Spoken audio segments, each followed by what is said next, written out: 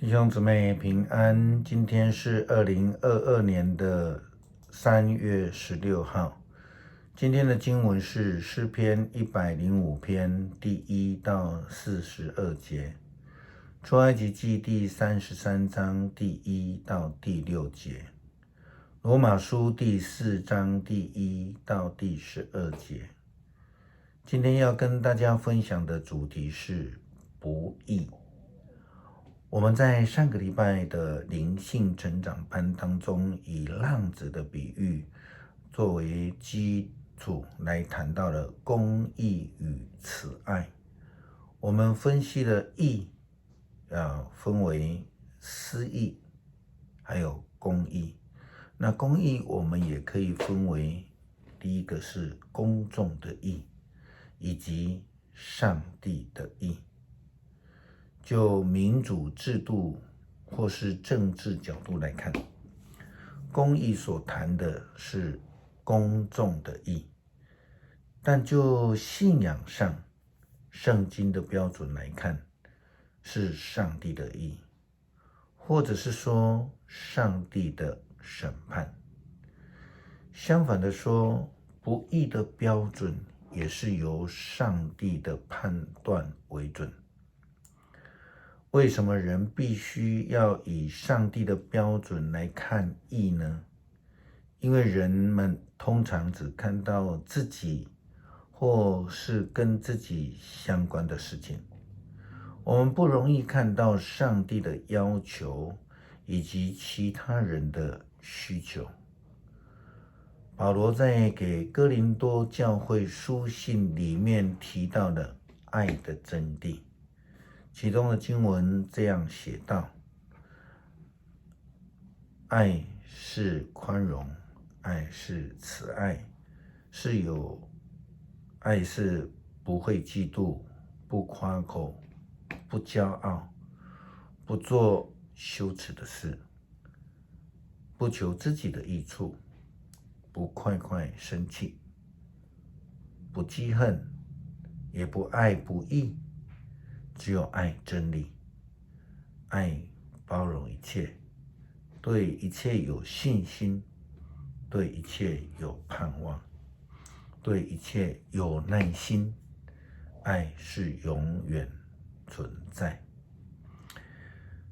一位听上帝旨意的人，他是不会只追求自己的利益或是坚持自己的意见。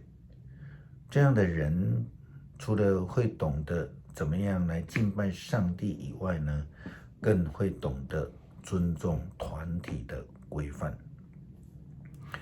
换一个角度说，如果一个自称为属灵的人，他的自我要求绝对是一个能够按照规范，而不是借着追求无规范的这种假自由。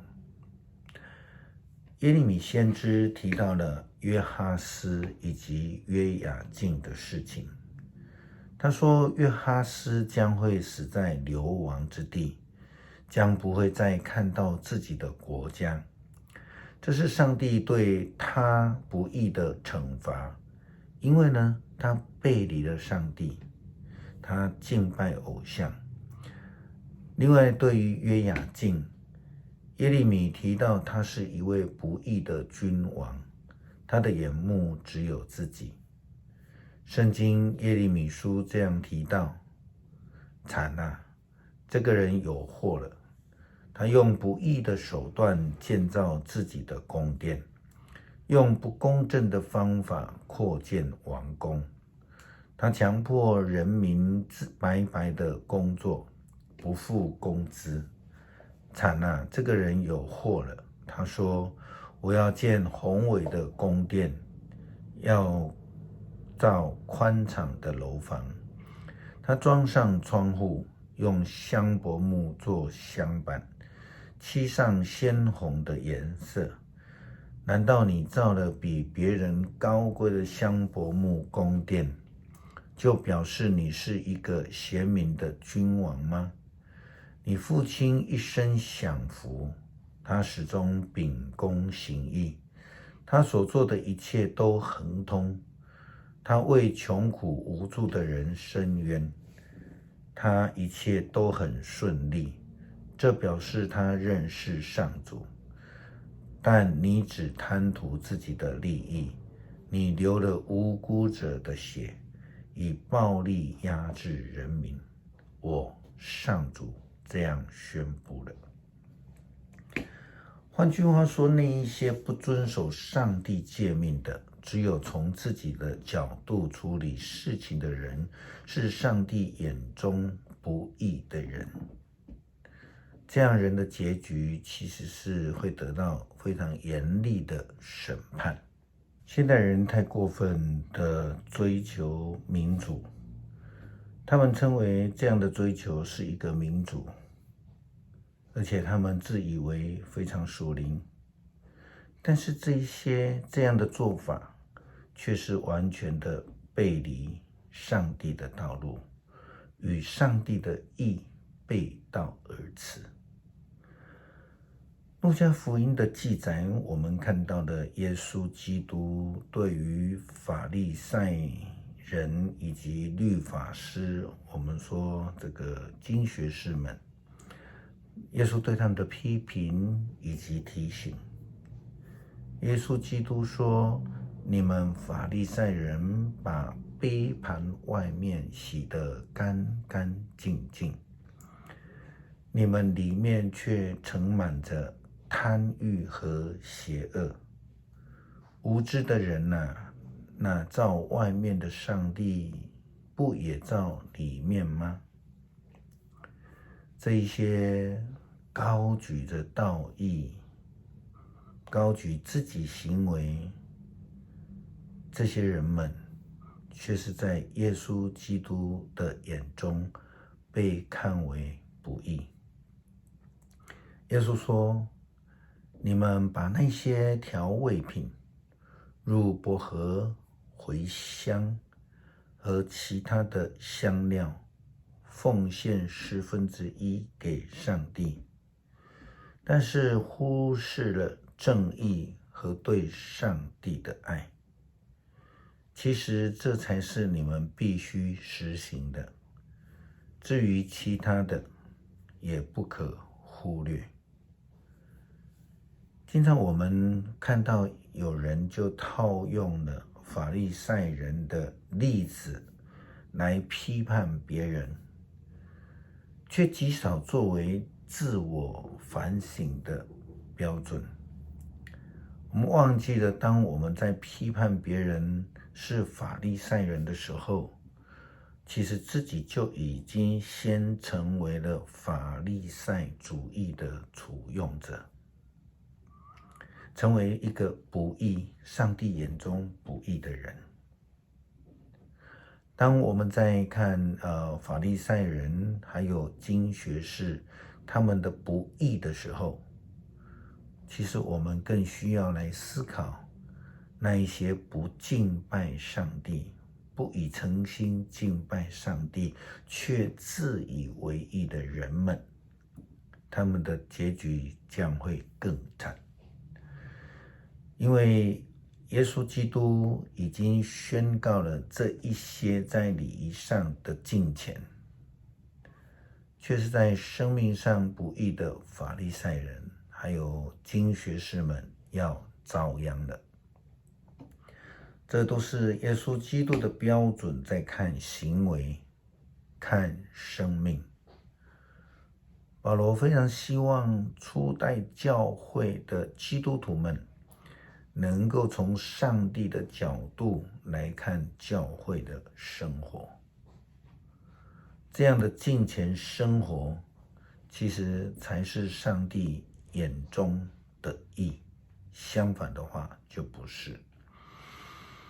诗篇105篇第1到42节，你们要感谢上主，宣扬他的伟大，要向万国述说他的作为。你们要歌唱颂赞他，要述说他所做奇妙的事。你们要荣耀他的名，愿所有的寻求上主的人都欢乐，要向上主求帮助，要时常敬拜他。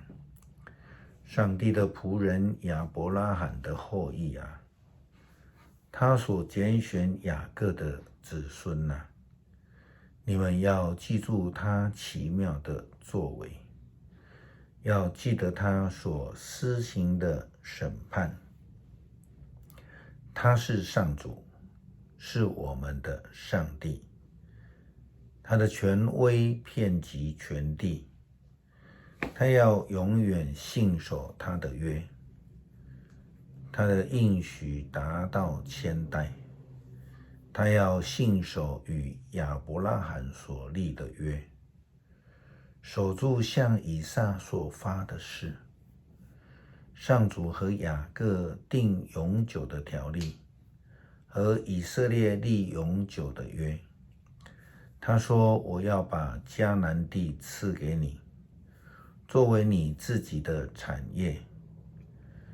当时上帝子民的人数有限，在迦南地寄居，他们从一地漂流到另外一地，从一国流浪到另一国。但是上帝不容许任何人欺负他们，为了他们的缘故，他警告君王，他说：不可为难我拣选的仆人，不可伤害我的先知。上主使他们的国家遭遇饥荒，断绝了他们的粮食，但他差遣约瑟为他们先做准备。约瑟被卖为奴，他的双脚被脚镣扣着，脖子带着铁的铁锁，直到他所预言的事实现。上帝的话证明了他的真实。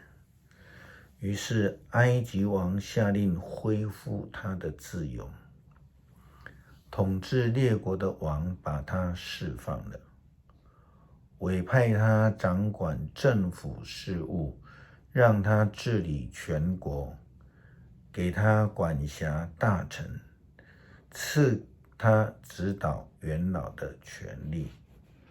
后来雅各到了埃及，寄居在那地方。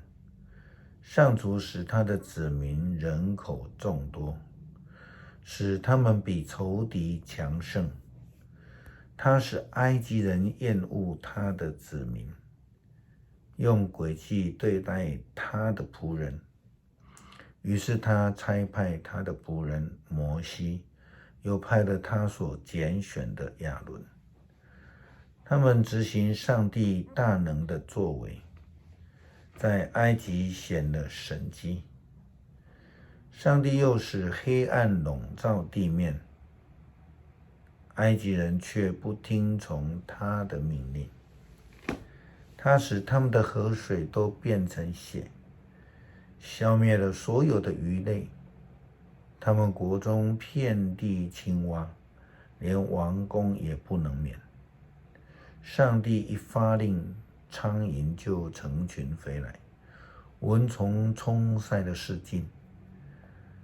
他降冰雹代替雨水，使闪电横扫全地。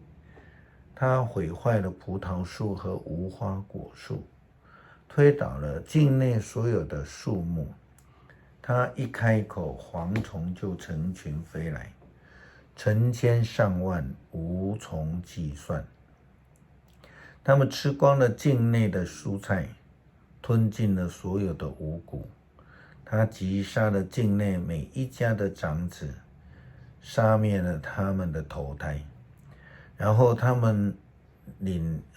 领以色列人带金银离去，他们个个身强体壮。他们离去的时候，埃及人非常高兴，因为他们害怕以色列人。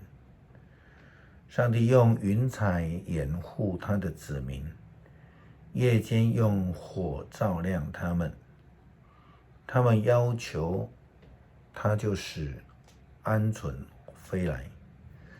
他从天上降粮食喂饱他们。他打开磐石，使泉水涌出，使干旱的旷野水流成河。因为他记得他神圣的诺言，就是给他仆人亚伯拉罕的应许。求主帮助我们明白你的旨意，让我们能够顺服你的旨意，愿意与你的意同行，让我们成为你眼中的义人，不要让我们自义而得罪你。祷告祈求是奉主耶稣基督的名求。